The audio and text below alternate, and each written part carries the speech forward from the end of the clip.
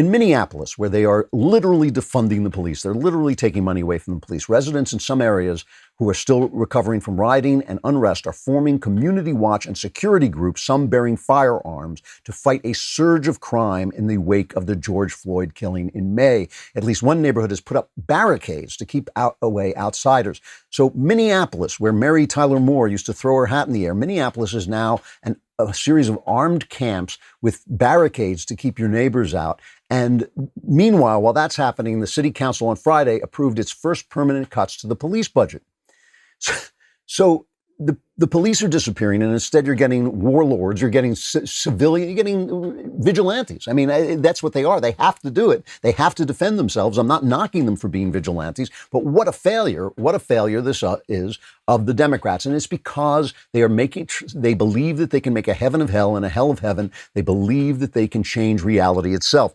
You know, there was last month, the New York Times, this is from a journalist named Daniel Greenfeld. Last month, the New York Times had what he calls a heartwarming story of the Powderhorn neighborhood, where the residents decided not to call the police. A Minneapolis City Council president, Lisa Bender, said, "If you are a comfortable white person asking to dismantle the police, I invite you to reflect. Are you willing to stick with it? Will you be calling in 3 months to ask about garage break-ins?" I remember the story. Are you willing to dismantle white supremacy in all systems, including a new system? So they agreed, okay, we're not going to call the police. So what happened is a park that they had began to become a tent city. And with the tent city, what do you get? Of course, you get sexual assaults. I mean, it's always the women who suffer. You know, anybody who is not as strong as the other guy is going to suffer. And it's always going to be women, because women have something men want. They're going to be sexual assaults. There are now 3 sexual assaults. And at first, nobody called the police. And now this park is overrun with drugs and crime. Okay. So now in Minneapolis,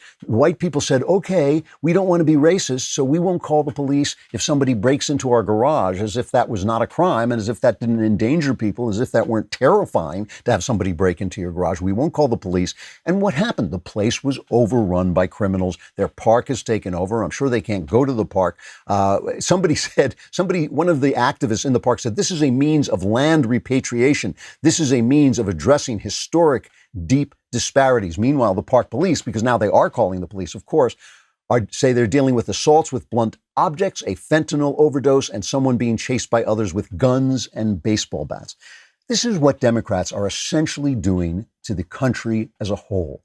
They are telling us that we can make the world a heaven by simply declaring it's heaven when it's hell. They're turning our cities into hell and saying that it's racist to call them hell. So, you know, there's a high crime group of people. It is this black underclass, which, as I say, I think it's not because they're black. It's because the policies that have destroyed their families by paying them to have children out of wedlock, the policies that basically tell them if you don't work, you get more money than if you do work, the feminism that told them that families didn't matter, and all these things has created this situation. And they say, well, if it's high crime, it's racist to say that there's high crime in black neighborhoods. Therefore, it must be the fault of the police, who are defending the majority of innocent, non-criminal black people who are the victims of this stuff. So when you say that you can declare heaven a hell, that you can declare hell a heaven, what you do is you turn the whole world into hell. And that is what the Democrats are doing. It really is satanic, and it really is right out of Paradise Lost.